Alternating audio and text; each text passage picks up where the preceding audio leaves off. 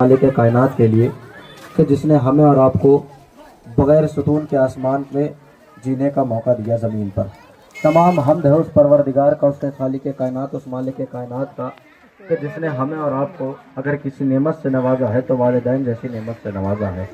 تمام حمد ہے اس خالق کائنات، اس مالک کائنات کا کہ ہمیں اور آپ کو اسلام پہنچانے کے لیے دنیا میں اگر کسی کو بھیجا ہے تو رسول خدا کو بھیجا ہے۔ تمام حمد ہے اس خالق کائنات، اس مالک کائنات کے لیے کہ بعد پیغمبر اگر ہمیں ہدایت کے لیے کسی کو بھیجا ہے تو مولا کائنات کو بھیجا ہے۔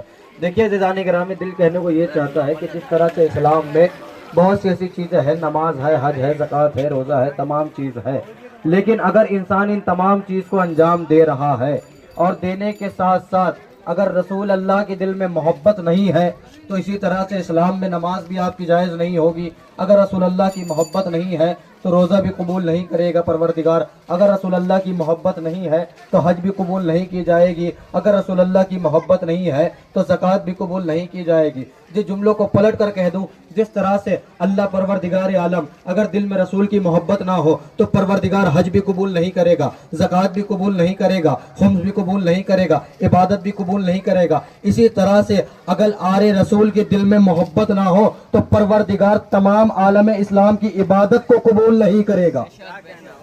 یعنی اسی طرح سے پتہ یہ چلا اگر رسول اللہ کے دل میں محبت ہے تو شرط یہ ہے آل رسول کی بھی محبت شرط ہے۔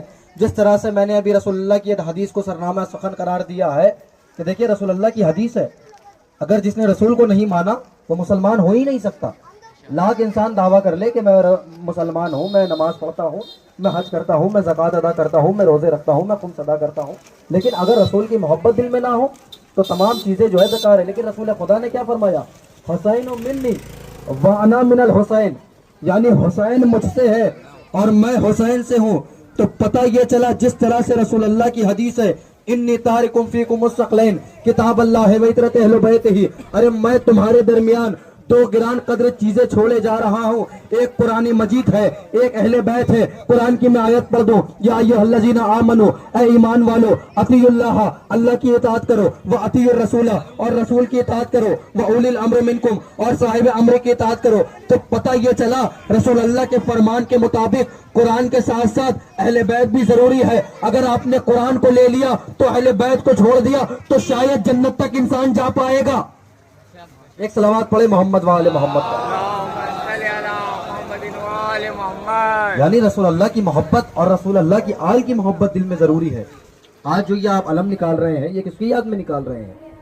امام حسین کی یاد میں نکال رہے ہیں، کربلا میں